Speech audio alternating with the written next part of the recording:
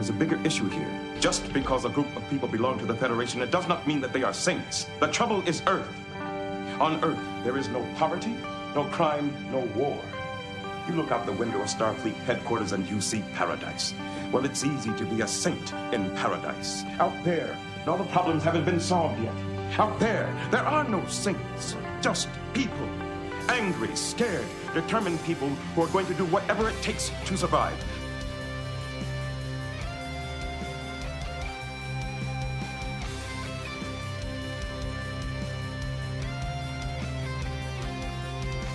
What I want to know is, out of all the stories you told me, which ones were true and which ones weren't? My dear doctor, they're all true. Even the lies. Especially the lies. On behalf of the Bajoran government And the Promenade Merchants Association. I officially welcome you to Deep Space Nine.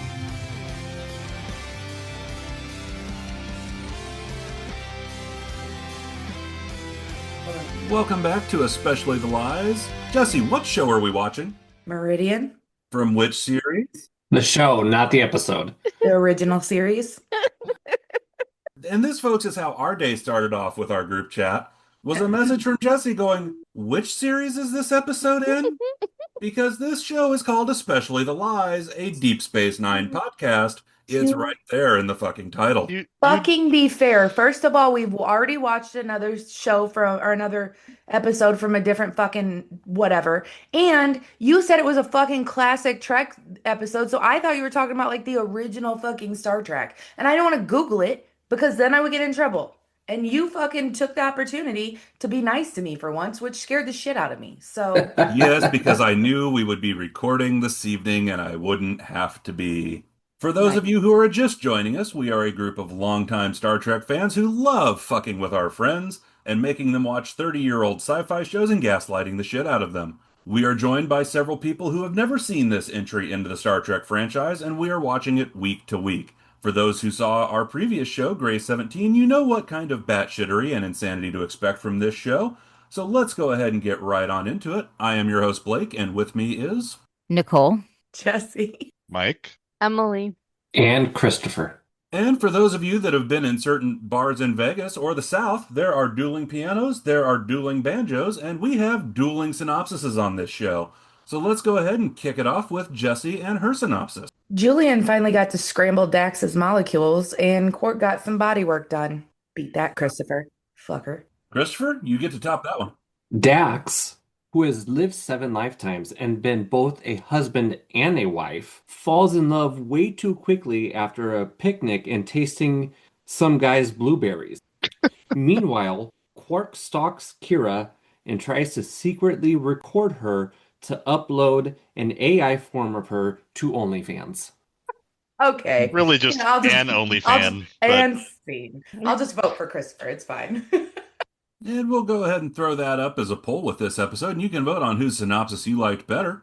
We've got Jessi's and we've got Christopher talking about someone falling in love after sampling some blueberries. So let's go ahead and check in with our first-time viewers and get their thoughts on this episode. And given the subject matter, you know we have to start with our resident shipper, our eternal ray of sunshine, Nicole.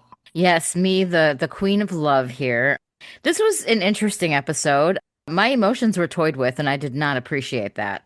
First of all, I got to say, the very opening discussion of Kira talking about coffee with Odo, I feel her on that. Coffee is my lifeline. It's my favorite thing, and I love to savor a sip of coffee. So that totally made me happy. I really enjoyed when she said that Odo was her lover and grabbed his hand. Poor guy looked terrified and also kind of like, oh, you bitch, at the same time. He's never washing that hand again. No, never. Even looked at it afterwards. But yeah, I also got a kick out of when they go down to that planet Meridian. O'Brien's face when he asked how far the spots go down and she said all the way, his face. I literally giggled like a 12-year-old. It was hysterical. I really enjoyed Quark's the things I do for money. That really got me going too. He was just so Quark in this episode. And that guy, Tehran or whatever, who wanted the Holosuite program, creepy as hell. Gross, creepy, did not like him. And then Dax is afraid of heights, which was an interesting thing to learn. We learned a little bit more about her, even though she's lived 8 lifetimes and somehow been stigmatized by this guy. She's afraid of heights, so that was interesting. Also, the counting each other's spots comment. I was like, really? That is so cheesy. But whatever. And then I will say it kind of got to me because when Cisco and Dax had their goodbye, it made me cry a little bit. Like I was tearing up.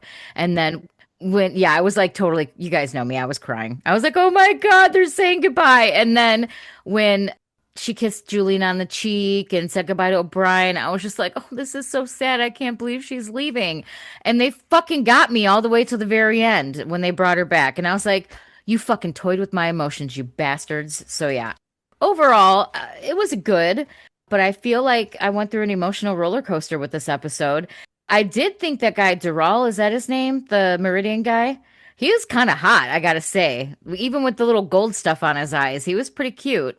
I don't understand how they fell in love so quickly, but you know what? I was happy for Dax, and I wish it would have worked out, but clearly they had to beam her back up, and now she's still with Deep Space Nine, which I'm glad because I couldn't see the show without her.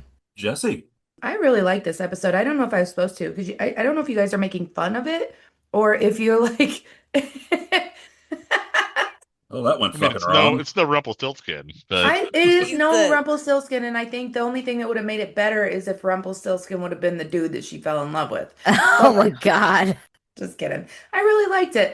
So I think this again, I think this is because I'm in a different place in life. Like I think if I would have still been married to my wonderful ex-husband, my real ex-husband, not Christopher, as some of you believe that is actually going on. Or is he your real ex-husband? Or is he? And is Blake the reason why we broke up? It could be. So I don't know if it's just because I'm in a different mindset, but it was sweet. It was a sweet episode, and I think that who doesn't want somebody like to just waltz in and rock their fucking world? Like that dude wanted to go first at counting her fucking spots, which means he's all about pleasing her, and that's, I mean, every woman wants that, right? I don't know, maybe not. Maybe some women don't want anybody to count their spots. That's a different story. But I had a good time with this, and the Tehran was a rapey fucking creep, and I hated him 100%. Wanted to beat his ass for even being so creepy. But I loved when he walked in and the look on his face when he found out that it was Quark. Well, I would assume Odo's body. Yeah. Okay. Christopher. I hated this episode. Thank you. There we go. Of course you did. Hated it. Didn't you fall in love with Deanna the first time you met her? Oh. Yeah, I told her I loved her in 4 days. And I'm not saying so why that is I it don't so fall in fucking love with people unbelievable? quickly.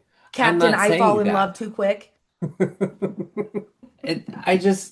Look, this did not feel like a DS9 episode to me. This episode seemed to me like it was a lost episode of TNG, and I believe that furthermore, because of who directed it, who was Jonathan Frakes, who played Commander Riker on TNG, I just felt, and I hate that guy whenever he shows up into another series, but he's fine He's so mad.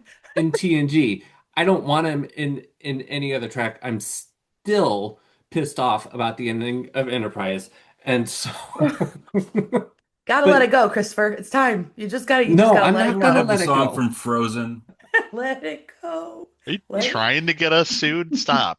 Right. Sorry. Oh, I forgot about that shit. Yeah. My bad.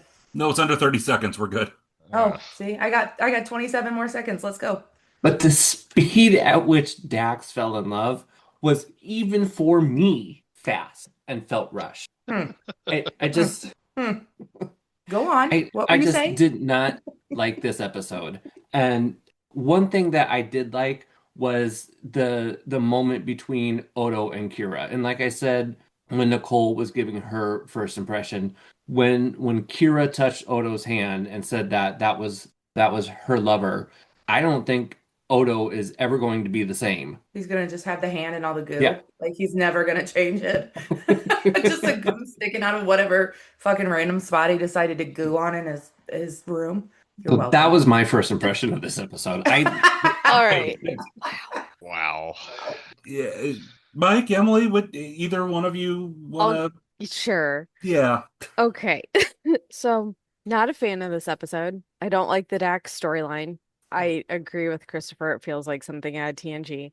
The Kira and Odo bit was fantastic, and I think their chemistry together, it's been good, and I think it's really improving, and it was a fun scene. And then for reasons the newbies can't know about, I love a certain aspect of this episode.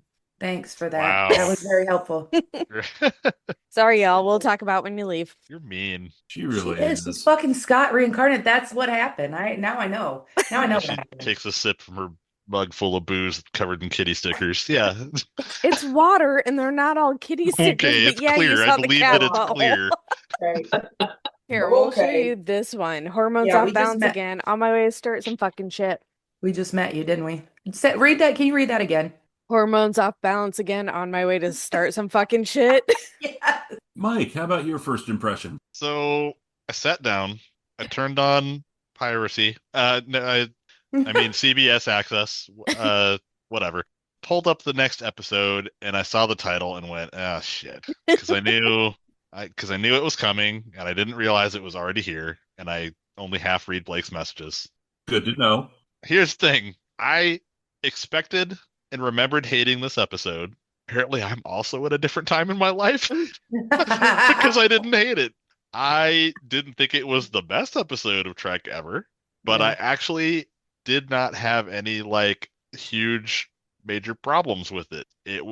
I agree with Christopher. It felt like a Next Generation episode. It didn't do anything to progress any plots, which was kind of lame. But like as a solid, just standalone episode of Star Trek, I think the premise was kind of interesting and the character work was all pretty good. The guest actors that were there were all pretty good.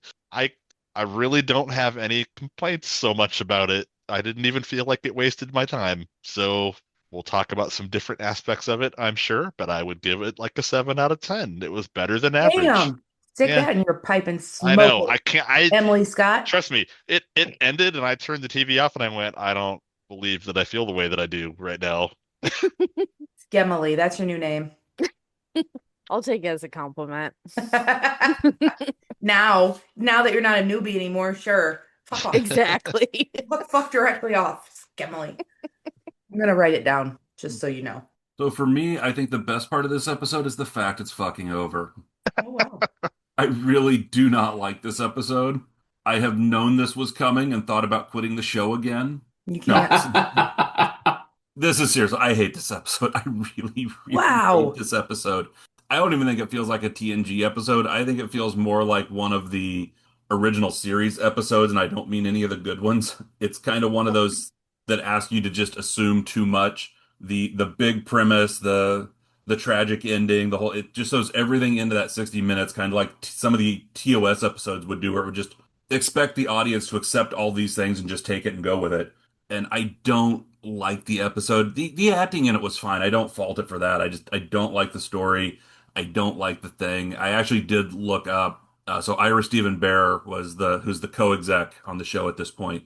He's actually the one who had the idea for this. It's based on a musical called Brigadoon, which is about a magical Scottish village that appears once every 100 years. He thought that would make a good episode of Star Trek. I will tell you, he has talked about this episode since.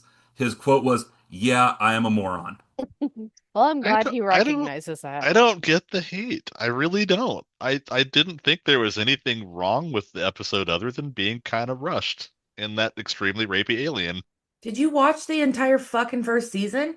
Like this was not even half as bad as No, Jessica, I quit the fucking show after 3 episodes, remember? Yeah, but you've seen it, motherfucker. Don't play with me. Like you've watched the whole thing probably 12 times. Don't play with me, Blakeson. I'm not, you know what?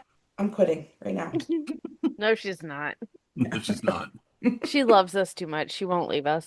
I do. I agree with Mike. I don't see, it wasn't as bad as 2 of the fucking 6 of us on this podcast right now. I'm sorry. There's 3. Let's add him in there too, because he's a hater. I don't understand, and especially since, like, listen, I know Christopher. I've known Christopher for way too many fucking years, and I know how Christopher is. I just watched Christopher in a female version on this fucking show. So to see him say that he hates it is fucking baffling to me. I know Christopher looked at Deanna on the time he met her, and he was like, "This is my whole fucking future." And look where you are. You got multiple children, way too many, and a little high-headed 5'2", even 5'2". No, okay, so 5 foot woman, like walking around her house controlling everything, and he knew that that's what he wanted from the second he laid eyes on her. So to hear him say, "Oh, it's too soon," is fucking like mind-blowing to me right now. Go ahead. Sorry. That's my 2 cents. I know I'm the pot calling the kettle black on this, okay? Well, as long as we can admit it, then we're good. That's fine. We will admit our fully hypocrisy on aware this show, damn it. that I have been Dax. I've been you, Dax. I've been you, Dax. You're a goddamn dumbass. Damn it, Dax. And this one time, it worked out for me. But all the other times, it did not fucking work. What if this was her one? What if this was her Deanna? This was triggering some trauma in his past, and that's why he hates it. Maybe that's why he hates it. I get that. Now I understand. It's a gotta trigger find the right episode. space alien. That's all. Just the right woman to fall out of the fucking sky. I just want to know, after this, did you ask Deanna to count spots? No, he knows. She'd I'm probably not be gonna like, "Why answer the that." fuck you got Actually, spots?" No, at our age, it means something completely different. Yeah, probably fucking shingles. Does this spot look different to you? You need to get that checked for skin cancer. That mole looks weird. Emily, you've got your hand up. Okay, so one of the reasons I don't like this episode is because Dax is a Trill and she has a symbiote. So how does that work? I don't know. Because one of their things is to protect the symbiote, but if she's off on this random fucking planet and there's no Trill, so if anything happens to her, they're both dead. The symbiote was going with her. Well, yeah, and statistically speaking, like it'd actually be safer, right? Because she's only corporeal, like a small fraction But of can the the time. symbiote be non-corporeal? Clearly Because that not. might have been the issue. I mean- Maybe that's why the planet couldn't shift. Maybe it was actually the Dax symbiote that was holding them all back. The Maybe. symbiote was like, "Fuck this! You're being crazy, you crazy hormonal bitch. I'm staying here." Like, Just because your hormones are out of whack and he was decent in bed doesn't mean you gotta change your whole fucking shape and existence. did they get to count spots? I didn't even see it. We didn't get I to think see it. they did it in the grass Multiple where anyone times. could have fucking walked. I was gonna say by, they didn't which make it to also a bed, problematic. but There was only 300 people on the whole planet. Nobody Well, was going to see them. okay. So amazingly, you brought up a good point, which I was going to point out. At least I think when they first appeared and beamed down and talked to the people, didn't they say like, "Oh yeah, we're going to be here for like 12 days"? Mm-hmm. So then later on in the episode, it was really unclear how much time was actually passing. But later on Yes. in the episode, there's the scene when Dax and the guy are down on the planet and they're talking to the Defiant about their probe results. And I want to say that at that point in time, they said something about like, we got 5 days left. Mhm. So like they'd been there for like a week. So it wasn't as fast as fastest it seems like. Christopher's ever slept with someone. Chris could have you could have got married twice. I say you, Christopher, because we all know that we've all probably hypothetically, allegedly. I got it. Anyone? Can I go? Yeah. Let me tell you why my favorite part. Dax is a phenomenal. So, what's her name? What's the lady that plays Dax? Very Farrell. Farrell.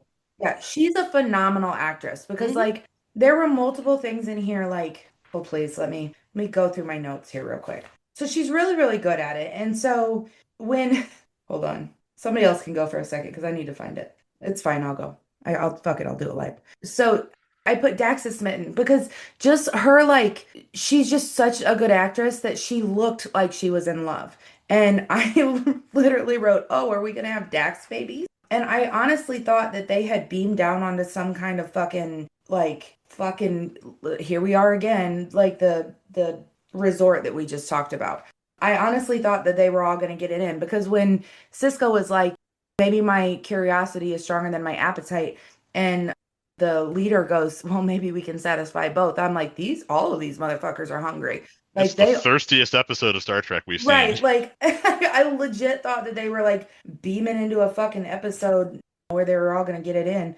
And Cisco, I don't know what it is, but Cisco continues to get more attractive. Like he's like falling into this comfort where he's almost like, fuck, this man's hot. I didn't think that for the first like, I'm glad you're on board.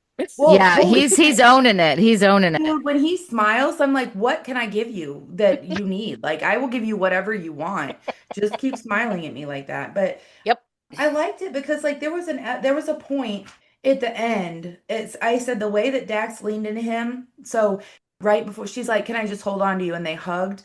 I said the way that Dax leaned into Darrell, you could see how safe she felt. I just looked safe to her, like to me. And I don't know, maybe I'm like projecting my wants and desires into this fucking terrible episode, and I should have hated it, but I didn't. But like you just as a woman, you want somebody that makes you feel safe. And who doesn't want that like once in a lifetime type love? Now, you can't treat everybody like that, Christopher, because it's not everybody is your one, right? Like, and I'm teasing you. I think we've all been Oh, with the it's wrong super person. not healthy. It's not, but I think that when I was younger, I would meet people and I would think, oh, this is it. This is my one. And then I met my, this sounds so stupid. Then I met my ex-husband and I really thought like, this is my person. Now I am hoping that that person still exists and I'm a little bit older and can like discern who actually is my person or not. But I mean, that's the hope. Like nobody, I don't know if anybody wants to die alone except Emily. And it is what it is. That's just because she doesn't want people around to bother You her. know, I was gonna argue with you on that. And then Yeah. I was like, but that would mean no one's touching me and that, or like breathing near me, or It's like not- in my space, or It's interrupting not my dying books. alone, it's being the last one standing. No. Well, There you that's go. Thanks, Mike. That's fair. The battle I'm royale. just gonna outlive all you fuckers based on spite. At last, I'm alone with my books. Oh shit, I can't tell you about my smutty books I'm reading Little, because you're all little, gone. little shout out to Scott and his Twilight Zone fascination. Nicole. God, that was the most accurate description of Emily I've ever heard in my life. You know what? No, I think my feelings Finally. might be hurt if I could find them. I'll let you know. Finally alone with my books. I love that. It's like the Simpsons. Where he's like, Oh yeah. I gotta say, I agree with Jessi. I felt like Terry Farrell's acting in this was like, it was so, the tender moments that she had with that. We all know that I'm a hopeless romantic and I'm a love person. No, we never But- would have figured that out. Yeah.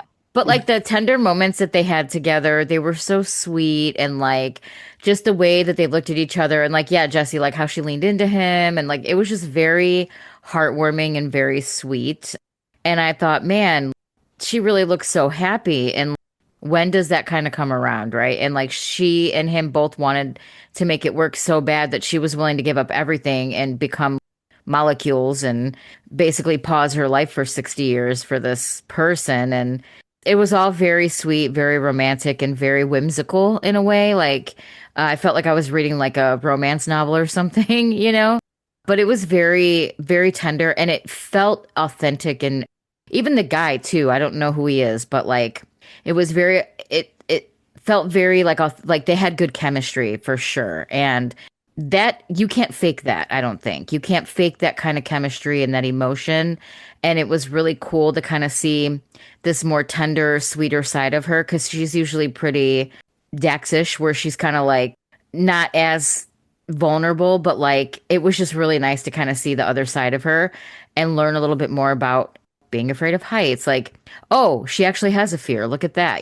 Like, I just thought that was really, it gave us a more insight into more than just the outer shell that we've seen before. I will say one thing nice about this, so because you bring up the acting, is the scenes with Terry Farrell and Avery Brooks. The scenes that those two had together, I will say, those were actually, I think, very well done. The two of them together play off each other very well. So there, I will say that nice about this episode. They literally made me cry. I mean, it's not hard to do that, but Not to say, for like fuck's sake. that, like when they were saying goodbye and like they were hugged, I was just like, I literally had tears streaming down my face. And I was like, damn it, you're hurting Daddy's feelings. Kevin's been replaced. Daddy is now Avery Brooks, by the way. oh yeah, yeah. He has been for a while. I'm glad Yeah. y'all are catching Sorry, I up. don't mind jump. I'll jump in and add like the scene between Terry Farrell and Alexander Siddig of Bashir. You know, when you would kind of think he'd be like the forlorn, like, oh, but I want to do. But instead, he was like totally supportive of her, and I thought that was a really sweet scene. Yeah, that was sweet. Yeah. Jessi.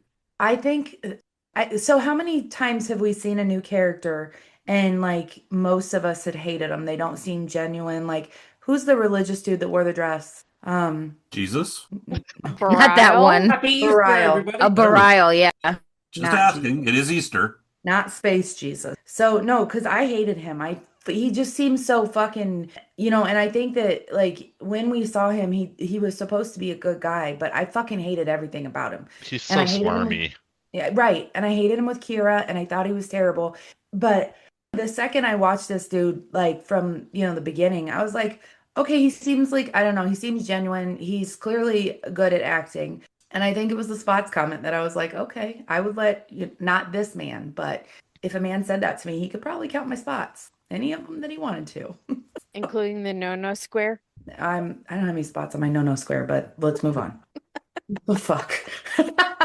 Don't put that I'm single now, Emily. Don't be fucking putting that shit out there. So people are trying to not count my whatever. I was gonna say, I'm pretty sure spots in that particular location might involve a trip to your doctor.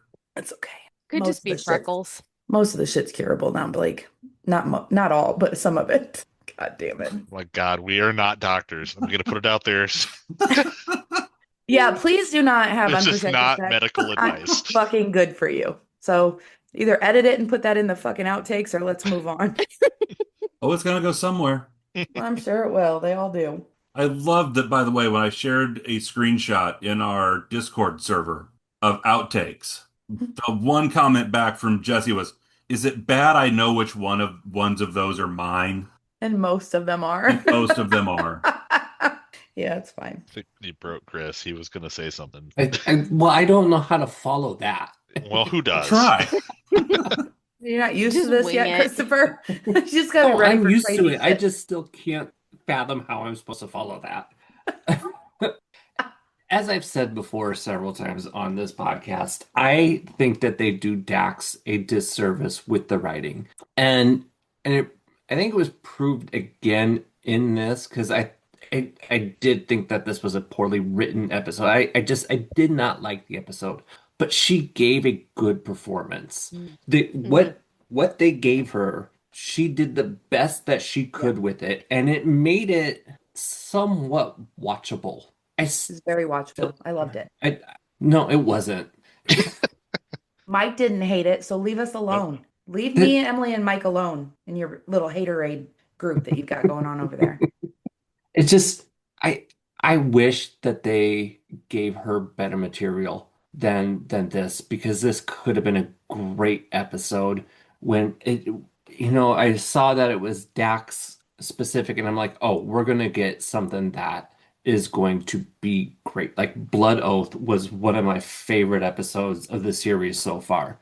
But then we get this. And I guess maybe it was part of it that I was just expecting more from it being a Dax heavy episode. And I just felt disappointed. And I have a question when Emily's done for Christopher. okay. Do you mean Nicole? Yeah, Nicole, the other Emily. Yeah, Let's we go all to sound the Nicole then. same. The one with the cat ears on. That would be I Nicole. mean, I know some of our listeners think you all sound like the same Exactly. single angry lesbian, but let's go with Nicole. I was, when they first beamed down there, I kind of had flashbacks to when they beamed down to the planet where they put Cisco in the box. What the hell was that one? What was that lady's name that we hated so much? Emily? Alexis. Alexis, yes. Cunt. I was like, if they are in one of those places again, I'm gonna be fucking pissed. But then I was like, oh wait, this is like the Horn Dog planet. Okay, cool. I'd rather see that than the Alexis planet. So Yeah, yeah, but Nicole, on that episode, they actually sent a hooker to Cisco's room. they did. You're right. You're right. So that was also Horn Dog, I guess. And I mean, some of us might have been like, well, that's not a bad offer. I might at least try. So this or go to work on Monday. I'm choosing this all fucking day long. Was this the same set as the one that they watched the sun eclipse? Or I can't. It feels like 18 years ago. Wasn't there one that they like fucking beamed down to somewhere and they were all watching some kind of? They made somebody the fucking. Is this Babylon 5 that I'm thinking of? They made somebody the leader when it was like it was his first time there. Oh, the Dow Rock with So I will O'Brien say and you have Bashir? seen this set before. It's not from what Oh, you're thinking of. So the garden set of Meridian, which was kind of the village and everything, that was filmed in Huntington Garden in San Marino, California, and they've used that garden for a lot. is that a golf course? Because it looks like a golf course.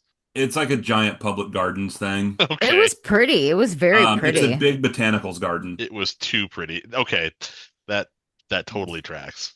It all the way back to TNG, the episode where they were going to execute Wesley Crusher for falling in some plants. Like they have used this garden for decades in Star Trek. But the actual set of the village commons was originally built and used as the Temple of Masaka in Star Trek: The Next Generation episode Masks. It was the Klingon Great Hall in House of Quark, and you have mentioned Blood Oath. It was also the albinos lair in Blood Oath. Huh. So they have put some stuff into this for a little while. There was also a backdrop in it that was actually originally developed by Walt Disney Studios for Mary Poppins.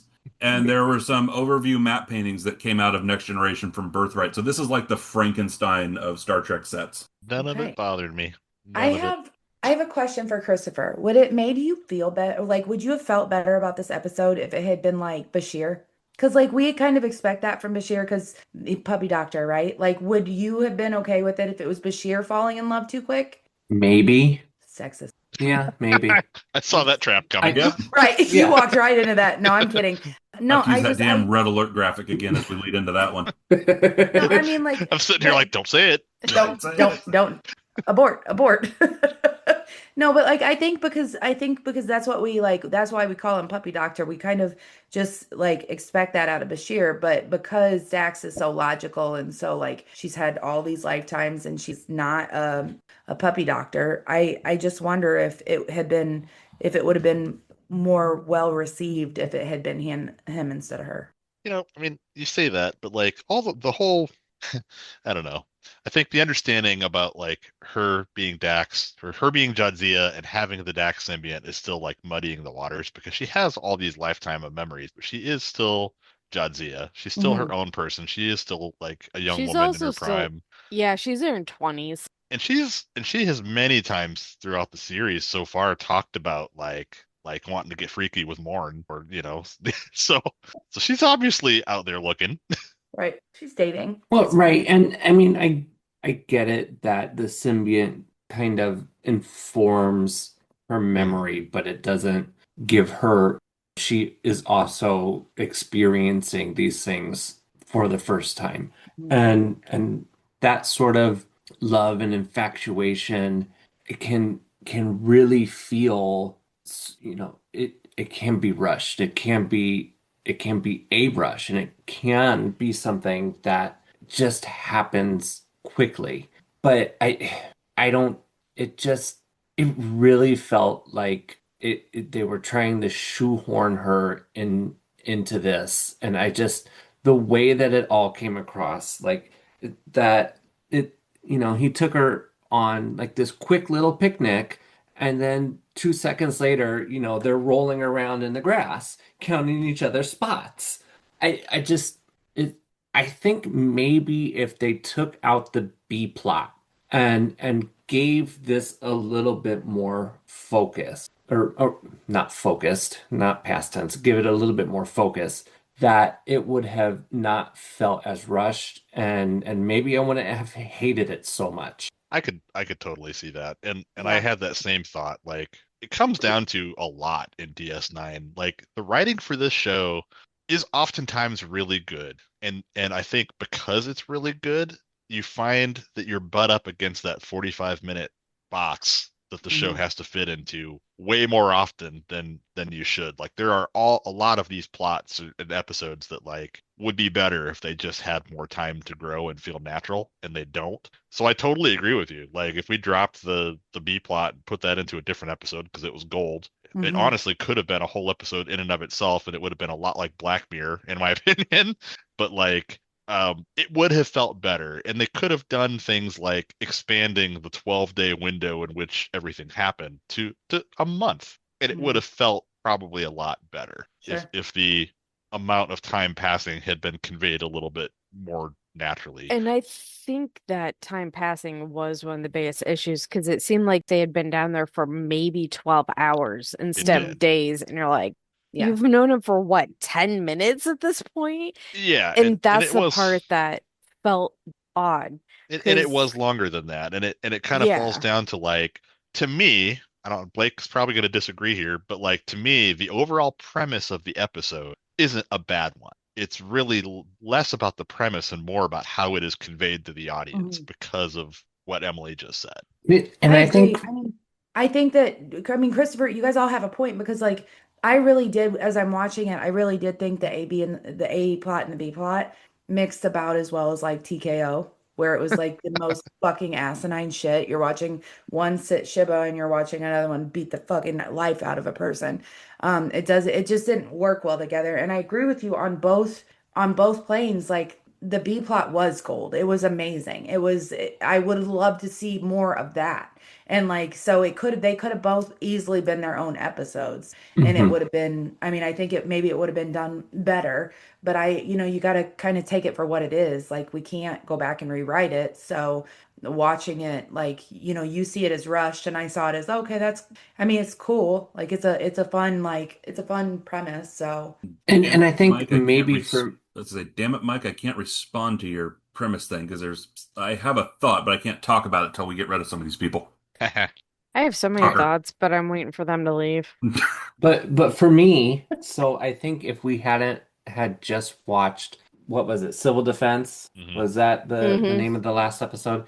If we hadn't just watched that, which I felt was a great episode, this one feels like a letdown compared to that one. And so I think that plays a part of it too in my dislike for this episode, was that I know what this series can be. And to me, this, like I said, it felt like this didn't belong in this series. It felt like it belonged in TNG.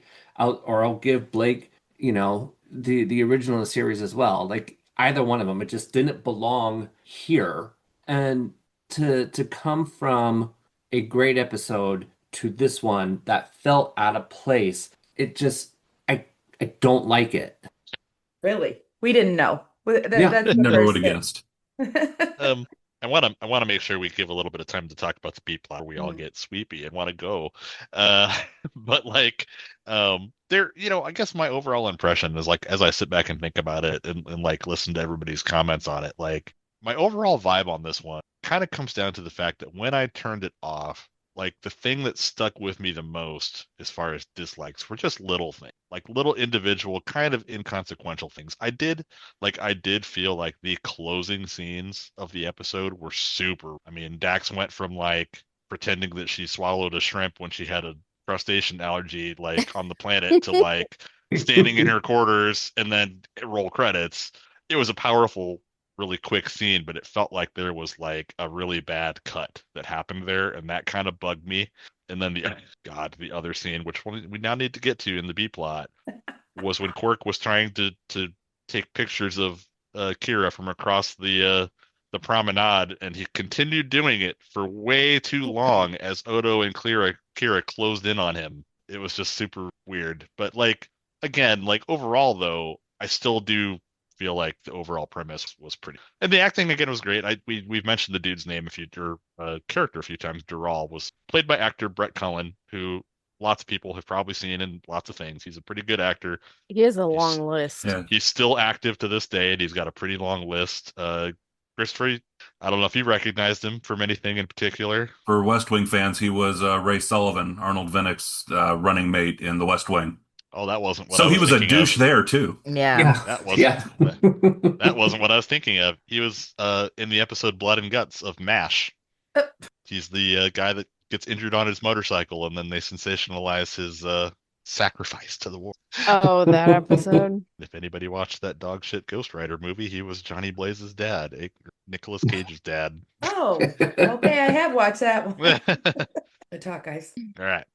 Mike's got to get this. Mike said something about Quark that I was going to respond to, and I had a funny quip, but I lost it. So Damn it. I was waiting for Blake to cut us to lead us into the B plot discussion. Oh, okay. So let's discuss the B plot and people wanting to put a AI Kira on OnlyFans. I will say we do have the end of this one, which shows up with the Tyrion walks in and there's Kira, but has Quark's head. So if we remember from the episode Second Skin, Nana Visitor has claustrophobia and cannot handle the makeup like that. So they actually tried to put the foam head on her with Quark's makeup. Did not work. So this is actually a body double. This is not actually Nana Visitor in that scene. Because it's like, nope, hell no. After that, not doing it. Nicole. I do think it was interesting when we saw the inside of a holosuite finally and saw like what was in there, but I am going to be tormented and haunted by the vision of Quark's head on a hot chick's body for the rest of my life. So thank you for traumatizing me. Does it make you go, How do you know that's not what female Ferengis look like? I don't want to know. I mean, how do you know I'd some like to people not aren't know. into it? Oh, there's a corner. AKA Mike. Yeah, that wasn't it. You know, the thing about this plot that kind of gets me, like it was the comedy B plot, right? To offset what the director or whatever thought was like a really overly serious A plot. The thing is, the subject matter, if you really get into it, like I can't believe that we're not exclusively talking about this from some of the personalities on this show, like how problematic this shit is. Because it's super problematic. I mean, especially in the time that we're living in right now, right? And after a 2-hour discussion of a 16-year-old dating a Dabo girl, we're just like gloss this over. Right, I almost feel like we don't need to talk about how fucked up it is because we all fucking know how fucked up it is We and didn't disgusting. spend 2 hours on that either, but here we are. But yeah, I mean, like this is Star Trek where we have all of the technology to do all of this crazy stuff, but we've apparently come out the other side civilized enough that it's shady and against the law. The part before that, where all the technology is available and it's horrible and it's unregulated, is the time we're living in right now. So good stuff, everybody. I think the 2-hour conversation about the child came from the fact that there were people that were trying to defend it. Like when them saying it, like all of the different ways that they try to defend it. Like, oh, well, it used to be legal and oh, blah, blah, blah. Fuck off. It's still a kid. This one, it's still rapey. Everybody knows it's rapey. You can't touch a woman without her consent. And like, it's just fucking creepy. Like, that's why it does, I don't know. To me, it doesn't even like deserve its own like 15-minute conversation because people know it's fucking creepy and rapey. So if you're defending that, you're just kind of a weird person. Okay. Good talk. Good talk. Anything else for this particular episode? I loved it. 10 out of 10. I am going to ask because I asked Scott this one time when he was bitching to me about this episode and we were jointly discussing how much we didn't like it. So I'm going to ask Christopher this. Are you just mad because you weren't the one to get to count the spots? No, I'm not. No. O'Brien was mad though. If you saw his face, he was. I don't know if he was mad, man. Him and Cisco sharing that look like, oh, one of our boys is gonna get some. Yeah, they were like cheering her on. They're like, yeah, get it. Like they were happy for her. No, I thought the way that O'Brien looked was like, damn, that's a good question, and I wonder that myself too. Like, oh yeah, he was like, oh yeah, I do want to know how many. I mean, since you're asking, all of us at the table were wondering, and thanks for the answer. Yeah. Like, thanks for taking one for the team, bro. Yeah, when she said all the way down, his eyes almost popped out of his fucking head. I was like, oh, Brian, you dirty dog. And look, that's like, exactly how I imagine that Scott would have reacted to that question. Oh, yeah, right? Absolutely. He wouldn't answer it, by the way. Can His you reply imagine, was though, no comment. what it would be like if Dax and Cisco had sex and knowing that Dax was inside of Jessi? That's why we don't think about it. How fucking strange would that be? God. What kind of weird shit would be going through his head? Thanks for making it weird. Well. And on that note, all right, can we get rid of them? I'm creeped out now. How you doing, old man? Of all the that's the bar. Okay, got it. That's on that note, I don't know if I want any questions or predictions from our newbies this evening. I'll let you know I don't have any. Good. Nicole has none. I'm not even going to ask. Christopher, do you have any? No. Perfect. We get Fantastic. to see Dax babies ever? That's what I want to know. Dax babies. Got I it. think she'd make pretty Dax babies. They'd have lots of spots. I didn't make that weird, Christopher. Don't go there. Don't go there, Christopher. So God I damn think it. that wraps up our discussion of Meridian of season 3 here of Star Trek Deep Space Nine. If you want to somehow join the discussion even more with this group of individuals, you can join our Patreon at any level, which gets you access to our Discord.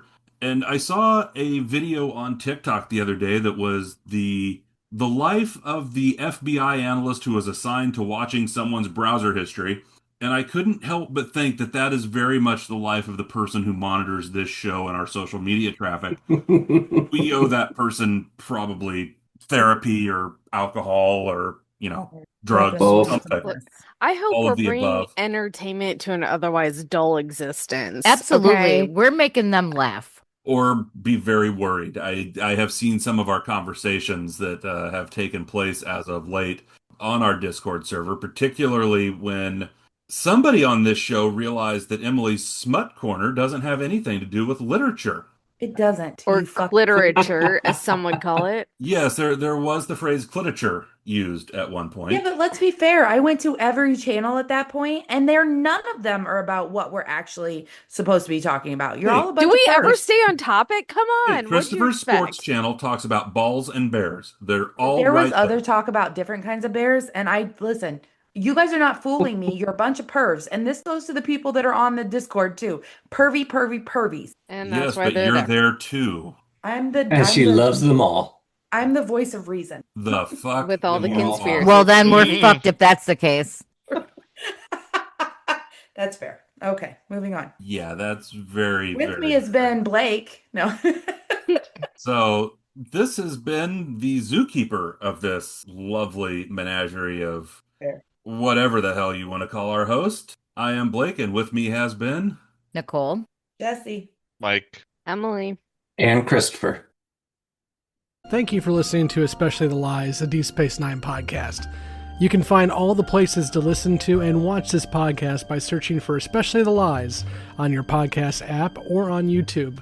We want to hear from you, so join the conversation at Facebook, Twitter, and YouTube. Be sure to subscribe and leave a review where you are listening to or watching this podcast. Especially the Lies is not affiliated with, and the podcast has not been prepared, approved, or licensed by Paramount or any other owners of the Star Trek copyright. All clips included in this podcast are the intellectual property of the respective copyright holders. They are included here for purposes of review, and no infringement is intended.